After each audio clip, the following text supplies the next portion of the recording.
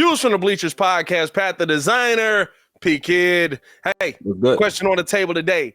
Does Adam Silver need to address the issues with referees around the NBA? There's been a lot of controversy, got to say the word right, around the NBA refs in the league today, right? I mean, I think refs in general are under an amazing amount of scrutiny because of how many different angles, how many different videos, social media, all of that, right? Like growing up, we literally just was like, you were at the mercy of what the TV told you.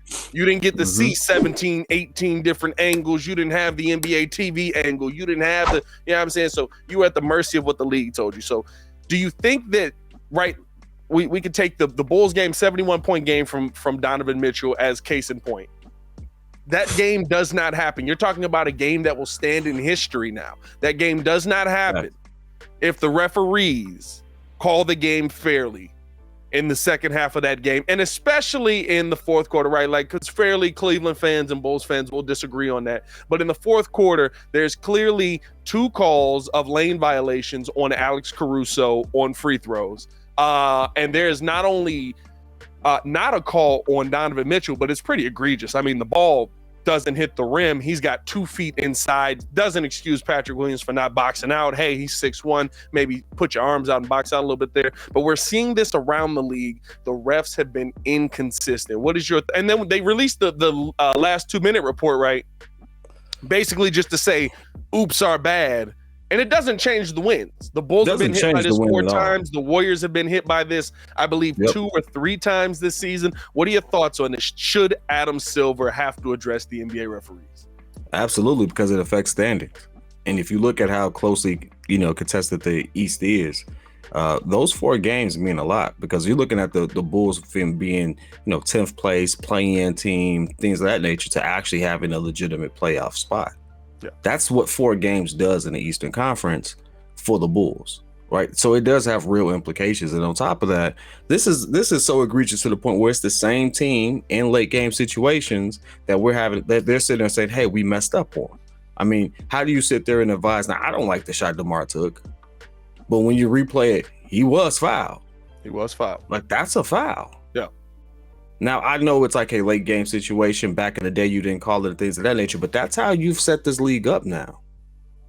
So don't sit there and just, have this standard that we don't stick to simply because, just for whatever reason, we're just playing it, game by game, situation by situation. That's very inconsistent. Yeah. If we know you're not going to call that call, okay, we can live with that. We've been living with it for years. That's how it's just been, right? But no, that's not it. On top of that, I think that's the word. Don't hit Alex Caruso with 3 lane violations for something. For one, to hit him with 2 for something that people do all the time. Yeah.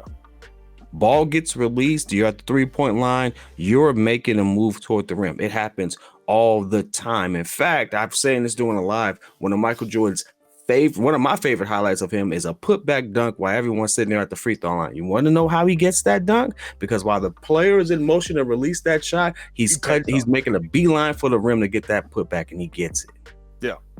Now, I'll say this. Mike made down a little bit harder, right, because he was standing further back so that he could take off at a full sprint, which is, well, I don't understand why Muzz don't do that more often. Maybe they changed the rule on that.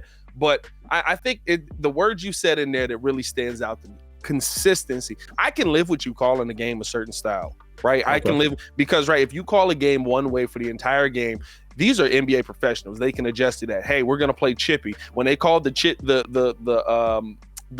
Brooklyn Nets versus Boston Celtics series the entire way, the same way, the entire series, very chippy, a lot of contact, a lot of physicality. I didn't sit there and say, man, y'all shouldn't have called it that way. I said, okay, as long as you call it that way the entire series, because you know what? Kevin Durant should be able to adjust to that. Kyrie Irving should be able to adjust to that. Yeah.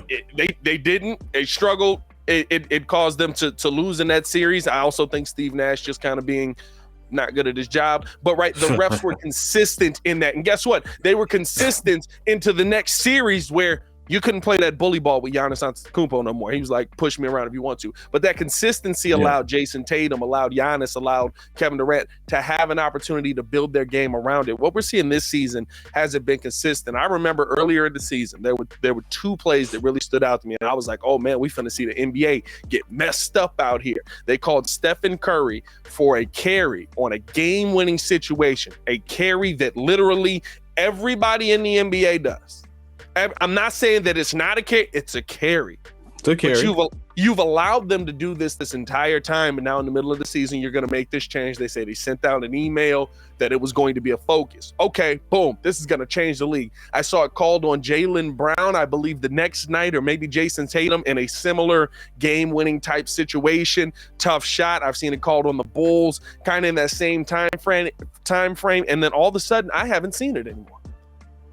So again, the consistency allows professionals to build their game around this. What we're seeing in the NBA with the refereeing right now is not consistent, albeit I'm not even saying just from crew to crew, just from night to night. The same crews don't call the same plays the same way night to night. I can live with crews having tendencies. That's how that's you got three humans together. They're going to have tendencies. You know what? I got Gucci Clone, I got Tony Brothers, and I got I want to say the blonde lady, but I can't think of her name. Y'all know who I'm talking about. The nice blonde ref. That's in the NBA right now. I don't know how to say it. I don't know how to say it the right way.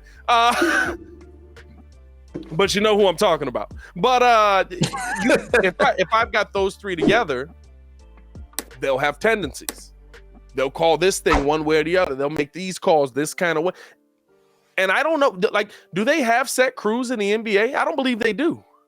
I do believe the crews travel together. Like crews, do they do travel together? I don't think they have set crews, and that might be the one fix you might want to take. I don't think Tony Brothers and that group of refs do. Do they? Maybe they do. Maybe I'm wrong on that. Let us know in the comments below. Maybe I'm wrong on that. I think it would be really hard to work with a different ref every game. I feel like they switch it up, dog. And I think that's the big thing, right? Like in the NFL, I know that in the NFL it's consistent. And so literally they go into games, they look at they have a sheet literally, and it says, hey, this guy likes to call holding a lot. This guy he looks here, he's going to call pass interference. If you're pushing off, he's going to call it. This guy holds the whistle on pass interference. Test that. See how much you can get away with on that. Those are things that players can build their game around. But if you don't have consistency, you can't build game around that. And I think that's the part that Adam Silver needs to address most. Facts. You know what? The whole thing is just boils down to, you know, don't sit there. For me, the 2-minute report and all that stuff, that is just a waste of time. That does. Even Billy Donovan said that. He's like, it does nothing for me. We lost the game. It's infuriating, and you can sit there and say, well, you know, P.Kidd, this is them admitting the way we're wrong and stuff like that. Again, it doesn't change the W's that should have been the L's that should have been W's or things of that nature, and things of that nature. So it doesn't do that. And how do we know that these could have been actual wins? Because they were all game time situations where we either had the lead or were tied. In this case, Donovan Mitchell, I believe we were tied. We were up. No, in Donovan's Mitchell situation, we were up 2. He left. He got the tip in. Right, like listen, we're not saying it excuses basketball fundamentals, Patrick Williams. But but it kind of does. Nah, it does, because if he has to wait until that ball hits the rim, he doesn't get that rebound. That, you know what? I will say that. I guess he doesn't get that rebound. It kind of does, I guess, because Patrick Williams can't leave the lane early and Donovan Mitchell can. That kind of plays into it. I guess that kind of does excuse it a little bit. I've still got a lot of fury. For sure. Hey, there's some things that we did down the stretch that we absolutely should have did better. Me and you disagreed on who should have been more assertive. You know, you say, hey, Ayo should have hit those open shots, and I agree to some extent, but I also feel like Zach needs to understand, be very situationally aware, and that's what I saw Donovan Mitchell understand. Hey, they calling it, this is how they playing it, I'm gonna get to the bucket, you either gonna foul me or I'm gonna score. And that's exactly what he did. When he didn't get fouled, he scored. He played to score. Yeah. That floater in and out, he got hit a couple times. They didn't call it, but then it was some times where he didn't get hit, and I was just like, But he knew what to do. He knew what situation to put himself in. DeMar knows what situation to put him. He just looked tired toward the end. Yeah. He had 40-something points. Zach needs to understand, hey, maybe that is the best play in any given moment. But in some moments, the best play is I need to get to the line. I need to score when the clock is not running. I need to create that type of movement. I need to put pressure on this team and the refs to say, hey, do you see that? So there's blame to go around. Yeah, you can chop that up a lot of different ways, but this 2-minute report, this all of that stuff, it does nothing but infuriate the fans for one, because you got a whole fan base now that says, "Hey, listen, we could have been 20-17. That would have put us 6th place." It's a big difference. You're changing. We'd have been 7th place. You're not only changing. That's above 500 record. The above 500 record. That's potentially somebody's job. You got to think about it. That's what I was going to say. That's exactly what I was going to say. Somebody's job. We have a losing record going into near All-Star break or near the trade deadline. We're looking to make a move because guess what? The pressure is all there. Somebody's being looked at awkwardly for no apparent reason, because I can't say no apparent reason, but winning cures all. But when you're not winning and all the chips, you got to make some moves. Something got to shake. So somebody's not going to be on this roster. Yeah, that's what that alludes to. That's what that does. So you have to. It's a lot more important than just saying, "Oh, there's 2 minutes, this, that, and the other." It's a lot more important. There's a lot more weight behind it. Think of all the people who actually bet on that game. Think of the people who bet on that game. Well, I mean, listen, I think we're not betting people, but just think about it. The money behind that. I think the people that bet on that game are the reason that game became pretty close in that third quarter without it blowing them whistles one side. That's all I'm gonna say. Again, consistency. Just give me the consistency. I just be consistent. But I mean but all of that, it matters. All of that matters. Yeah. But what do y'all think? Hey man, let us know in the comments below. Appreciate you guys for tuning in and rocking with us for another episode, man. We're going to keep this thing going every day of the week, man. Also going to have a podcast dropping for you guys this week. So tune in with us on that. Hey, do you feel like Adam Silver should do something about the NBA refs? Do you feel like more teams need to speak out about this? Because this isn't, I know we're speaking about the Bulls because of the Donovan Mitchell situation that just happened, but this is something that's going on around the NBA. This is not just a Chicago Bulls situation where you're literally there are fans and coaches and organizations around the league that are just looking dumbfounded at how some of these refs are calling these games. Let us know in the comments below. We'll be down there chopping it up with you guys as well. Hey, and if you got a different opinion than we do, you might just be sitting in a different section. It's Views from the Bleachers Podcast. Peace.